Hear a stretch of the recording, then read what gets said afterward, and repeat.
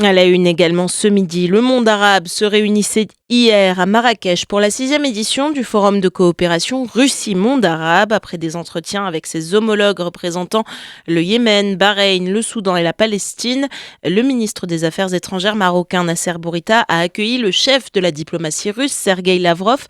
En pleine guerre en Ukraine, en pleine guerre à Gaza, Moscou et les pays arabes entendent créer de nouvelles alliances pour peser sur la scène internationale. Le partenariat économique est donc au cœur des discussions. On en parle avec Zakaria Firano. Il est enseignant-chercheur à la faculté des sciences juridiques, économiques et sociales de l'université Mohammed V de Rabat.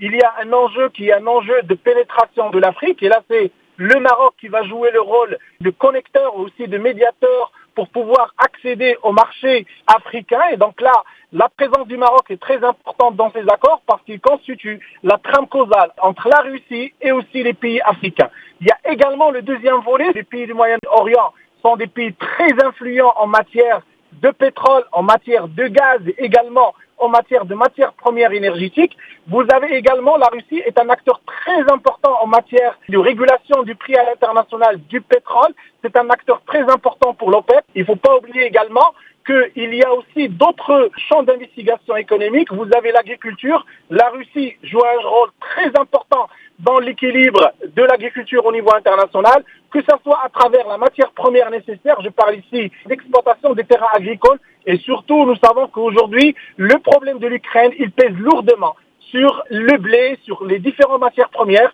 Avoir, je dirais, une assise commune entre les pays arabes et la Russie permettra d'asseoir un partenariat économique fort sur ces secteurs que je viens de citer.